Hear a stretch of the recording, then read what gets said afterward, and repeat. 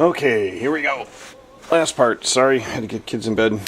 All that other good stuff. As you can see, brought my markers. Lots of fun with the last bit of cousin graphs. Secant, cosecant, tangent, all that. So, let's go ahead and get started. So, for 6.5, A, we're graphing y equals a negative 3 plus cosecant of 2 times x minus pi over 4.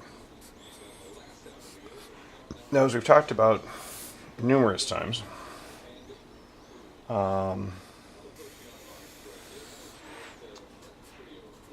these are all based off of, in this case, it's going to be off the sine curve. And I'm going to go ahead and do this initially, probably the faster way that a lot of you guys are catching up on the last day, particularly today. And then I'll be a little bit more involved on the retread of that. So again, we're going to go down to negative 3. So we'll make our temporary axis there, our vertical axis, shifted axis, and so negative 2, negative 4. Amplitude's going to be 1. So I'm going to go up and down 1. Period is going to be pi, because 2 pi divided by 2 is equal to pi. So 1, 2, 3, 4, that's pi. 1, 2, 3, 4, that's 2 pi. So then I've got 3 pi over 2 here. And I have pi over 2 here. So your shift is going to be a quarter, so I'm going to shift it 1/4 part. Now, as we talked about with the shifts, normally I'd be starting here, and we're going to base this off a sine. So we're going to kind of start sine first, and we're going to say, okay, it's going to start, we're shifting it over pi over 4, quarter period. It's going to go up 1, middle, down 1, middle, up 1, middle, down 1, and then we come back up to the middle. You can graph that in if you want. I'm not going to right now, for sake of ease, for those of you guys who are going to get this. I will come back and do it momentarily though. So then what will end up happening is that you've got, everywhere you have a 0, because remember, cosecant is the reciprocal of sine. So the reciprocal of 0 is undefined, which means that it's an asymptote. Is how you graph undefined things. So you've got another asymptote there, another asymptote there, another asymptote there, another asymptote there. Now the other thing is that, remember, all of these graphs here, you kind of get these parabola-esque curves on these things.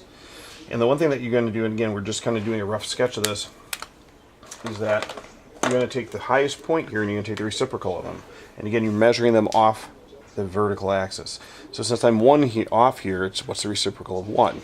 It's 1. So that means it's going to come down here, go through that, and then come back up. And what's the reciprocal of negative 1? It's negative 1. So you're going to go up and come back down. And that's it. Now again, it's not wrong if you connect the dots and graph in the sine curve here. However, it's going to take a little bit more time. And so for some people like doing that because it's easier to see, which I cannot fault them for. So this one would come up and come back down this way. So it looks all nice. So again, if you wanted to, you could go ahead and have graphed, the sine curve in here, but that's not actually part of the graph. The blue curves right here are actually the parts of the graph that we're going to care about. Okay, so that's for part A. Part B, same thing. Somebody just texted me. It's going to be the exact same thing, except we're doing secant, and now your period's a little different on this. So y is going to equal 4 plus 2 secant of x minus pi over 4. So again, axis, you're up 4 because of that. It's 1, 2, 3, 4. Period is going to be 2, so we're going to go down to 2, up as high as 6. Temporary axis coming across here at 4. Excuse me, vertical shift axis over here at 4. Our period over here is going to be just 2 pi.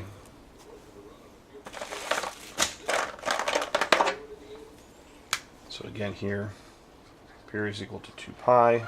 We're shifting this pi over 4 right.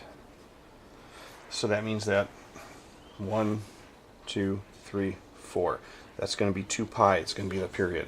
1, 2, 3, 4. That's 4 pi, which means that this is going to be pi here, which means this is half pi. So this pi over 4 that we're shifting is not even a full mark. It's going to be like halfway in between. Now you've got a couple of different options here. Okay, cosine is going to start at the maximum. So we're going to start, normally if you were going to graph this, I would start up at the maximum, and again I'm going halfway in between these marks because that's what pi over 4 is. Come down to the middle, hit the bottom, hit the middle, hit the top, hit the middle, hit the bottom, hit the middle, hit the top, and then obviously just keep going. Okay? Now, your asymptotes are still going to kick in like they did before. So we have an asymptote here, and then here, and there, and there, and there. Now, in terms of graphing these, again, parabolas curves here, and here, and here, and here, and here. The difference with these, however, is going to be the fact that, again, remember, we're talking reciprocals here.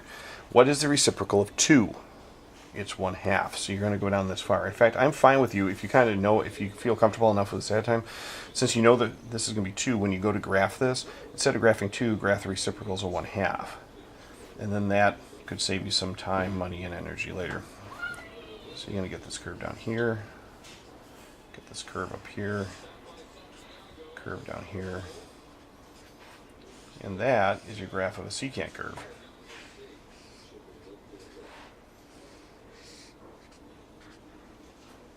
Try doing that at your next family reunion. I'm going to do C. 4, we don't have to worry about it. So we're going to do tangent, pardon my yawn, and then we'll be good. So, page 2, 3, 10. Alright, so, see, tangents are a little bit different. Remember, tangents have a different period. Periods on tangents, just generic tangents, are going to be, actually I may do D, but I'm going to do it in terms of tangent, not cotangent. So again, shift, vertical shift. This is going to be your pseudo amplitude because, again, remember, there is no real amplitude since tangent doesn't have a maximum or a minimum, but we scale that out. Your period here is going to be 2 pi. Why? Because tangent's always that. There's going to be pi because sine and cosine are always going to be 2 pi. And tangent, since instead of reflecting back and forth, recycles every 90 degrees, works that way. So, x, y, vertical shift line here at 1.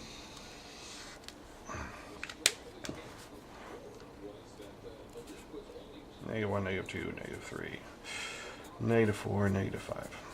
And then I'm going to go up 1, 2, 3, 4. So I'm going to go up and down 3 from here. Now there is no shift, so we don't have to worry about that. Now the other thing to remember, oops, let me do this. This will be my y-axis. Because what ends up happening is that tangent of 0 is 0. You're going to have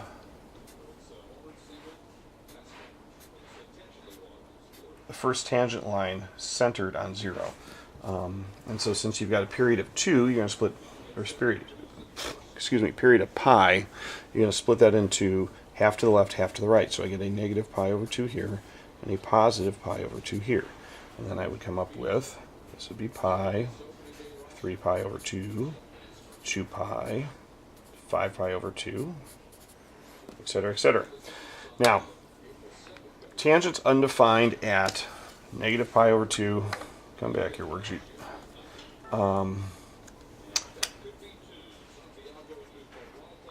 There,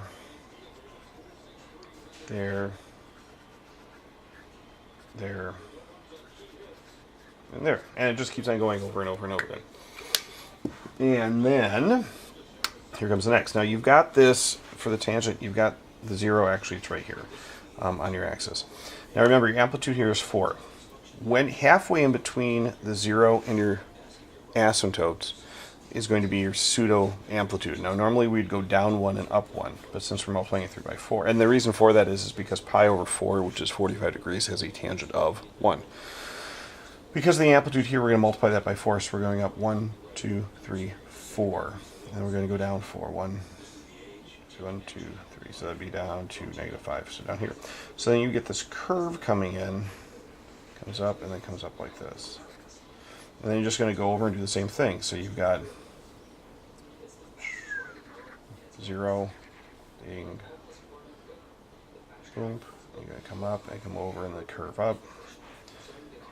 This is why you buy graph paper, Mr. Hayes, so you don't... This is a good example of why you don't do graphs on notebook paper. So you've got that. Now I'm going to go ahead and change D to y equals 4 plus 3 tangent of 2x. Just to make sure that we got it good. Let's make sure I got that back in the camera frame. I do. I know you're disappointed the boys and the dog hasn't come by. The dog's asleep, the boys are asleep. You're stuck with me. So this is my vertical, your pseudo amplitude. There's no shift. However, now your period is going to equal to pi over 2 because it's always going to be pi, and then you're going to divide it through by 2. For your curve,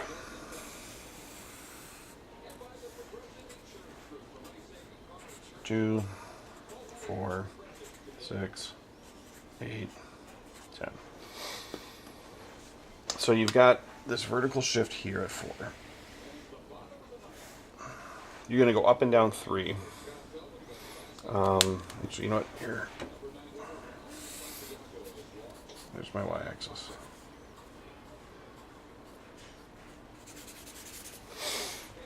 Now here, your period's pi over 2. It's still going to be centered here on my 0, okay, on the axis.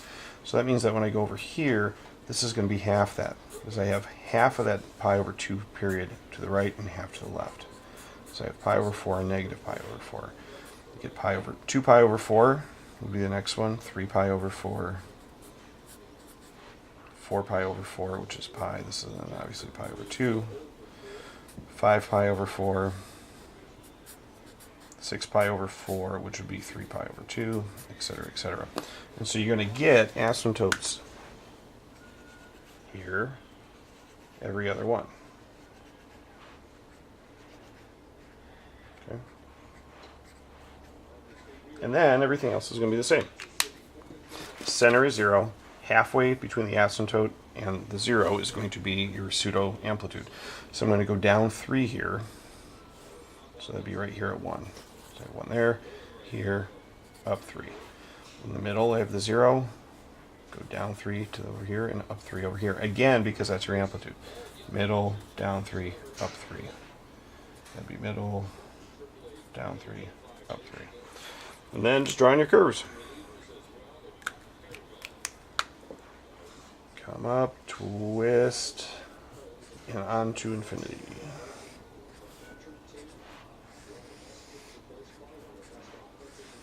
And that's it. I will see you guys tomorrow. Yell, scream, kick. Don't sell this to anybody. Use it freely. All that good stuff.